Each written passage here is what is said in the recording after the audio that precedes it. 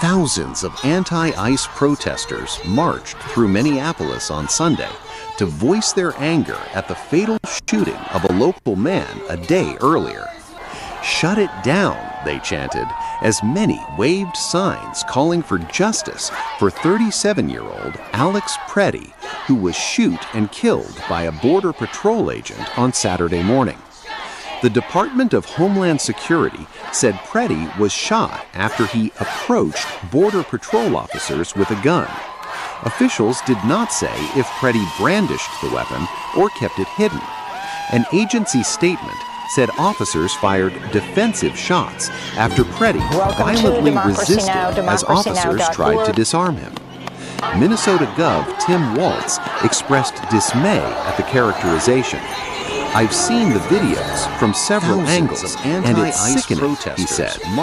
The Associated Press reviewed multiple bystander videos that show a Border Patrol agent shooting and killing Pretti after a roughly 30-second scuffle.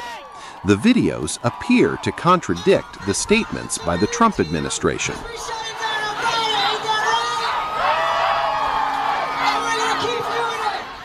In the videos, Pretti is seen with only a phone in his hand. During the scuffle, "gun, gun" is heard, and an officer appears to pull a handgun from Pretti's waist area and begins moving away. As that happens, a first shot is fired by a Border Patrol officer. There's a slight pause, and then the same officer fires several more times into Pretti's back. Afterward, authorities said Pretti had a 9mm semi-automatic handgun. He was licensed to carry a concealed weapon. It was the second fatal shooting in Minneapolis by federal immigration authorities this month. The first, on January 7th, involved Renee Good. It also was captured. See what's happening. There's protests just about every day, and we try to attend when we can, but never would have imagined that there would have been another murder. Hassled, everyone's being harassed, and our rights are just being trampled on. These goons are going around without any respect for the Constitution or our rights. And people are being killed. They're being assassinated in our streets. It needs to stop. And there's no accountability. The justice, is just really... I think people have to understand that it's not just anybody. It could have been you, it could have been me, it could have been anybody. They're not really respecting anybody. And it's frustrating. We had so much positive energy on Friday, and then we wake up to this again. Between federal officers and a 37-year-old man, moments leading up to a fatal shooting in Minneapolis. The shooting came amid widespread daily protests in the Twin Cities since the January 7th shooting of 37-year-old Renee Good. Homeland Security spokeswoman Tricia McLaughlin told the Associated Press in a text message that the person had a firearm with 2 magazines. The shooting came amid widespread daily protests in the Twin Cities since the January 7th shooting of 37-year-old Renee Good. The officer who fatally shot Minneapolis man during protest is an 8-year Border Patrol veteran, federal officials say.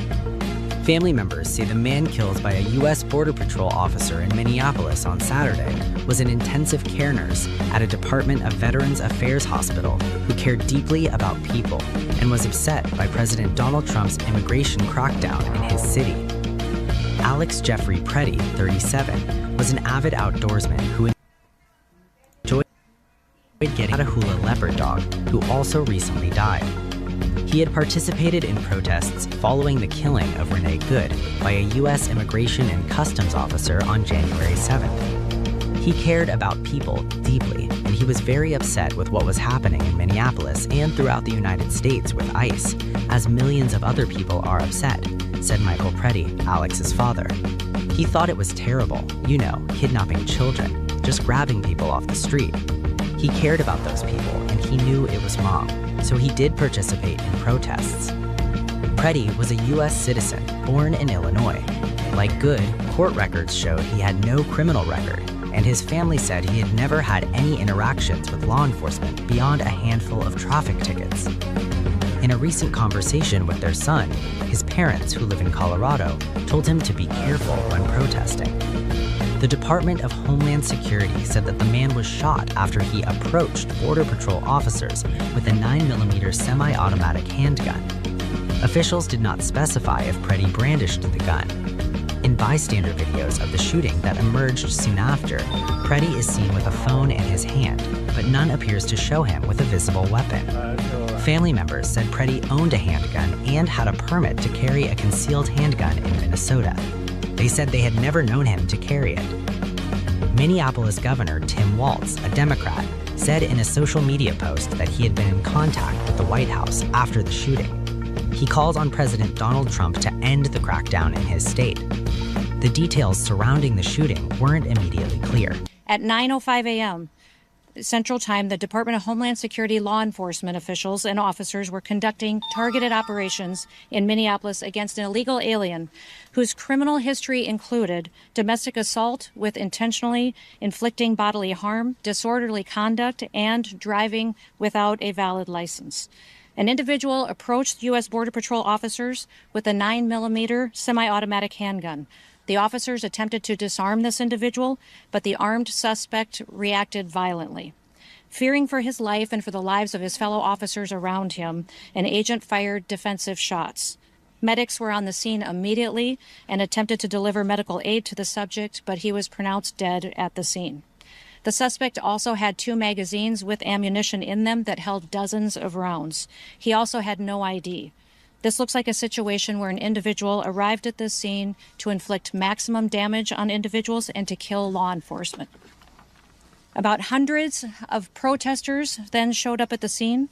They began to obstruct and to assault law enforcement officers. We saw objects being thrown at them, including ice and other objects, and a rampant assault began, and even an HSI officer agent's finger was bitten off. Crowd control measures were deployed to bring safety to the public and to law enforcement at the scene.